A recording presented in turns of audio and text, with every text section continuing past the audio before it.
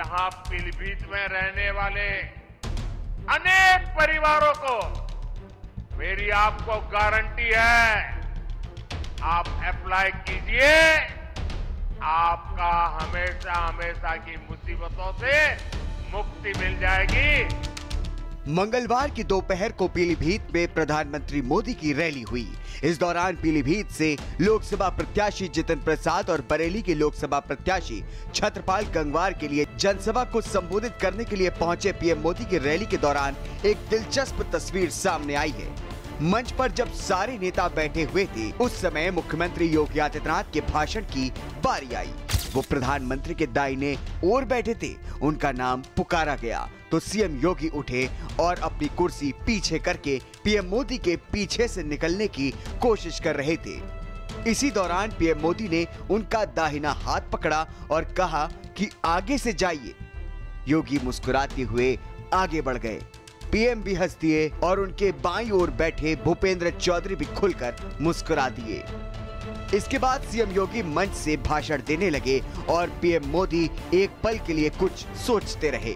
अगले ही पल उन्होंने अपने दाहिने ओर नाम लेकर 2 बार पुकारा, सुरेश सुरेश, और इशारा करके और अपने बराबर वाली कुर्सी पर बुलाया। ये बीजेपी नेता सुरेश राणा थे। वो फौरन पीएम मोदी के पास पहुंचे और बराबर वाली कुर्सी पर बैठ गए। पीएम ने कुछ पूछा और सुरेश राणा उन्हें बताने लगे। दोनों के बीच करीब 5 मिनट तक बातचीत होती रही। सुरेश राणा के जाने के बाद पीएम के बगल वाली कुर्सी पर पीलीभीत से प्रत्याशी जितिन प्रसाद आ गए। पीएम मोदी ने कुछ देर तक उनसे भी बातचीत की। इसके बाद पीएम के बाईं ओर बैठे यूपी बीजेपी के अध्यक्ष भूपेंद्र चौधरी उठे और 2 कुर्सी छोड़कर बैठ गए।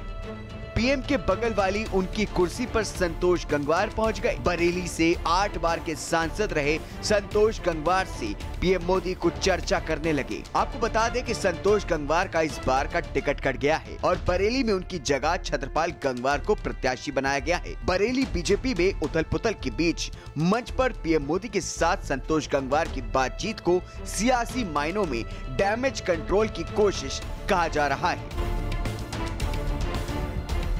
पीएम मोदी की यह रैली रुहेलखंड क्षेत्र में थी, लेकिन मंच पर पश्चिम के 2 नेता मौजूद रहे, प्रदेश अध्यक्ष भूपेंद्र चौधरी और शाहजहांपुर के प्रभारी और पूर्व मंत्री सुरेश राणा।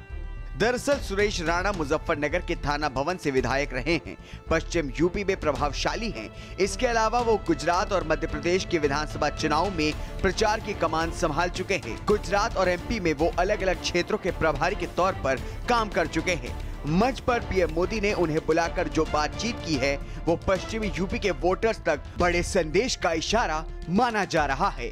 बहरहाल रैलियों वाले मंच पर ऐसी दिलचस्प तस्वीरें कम ही दिखती हैं। सियासत की जिस दुनिया में कुर्सी का ही झगड़ा हो, वहां कई नेताओं को बारी बारी से अपनी बराबर वाली कुर्सी पर बिठाकर पीएम का चर्चा करना चर्चा का विषय है। स्पेशल डेस्क, भारत समाचार।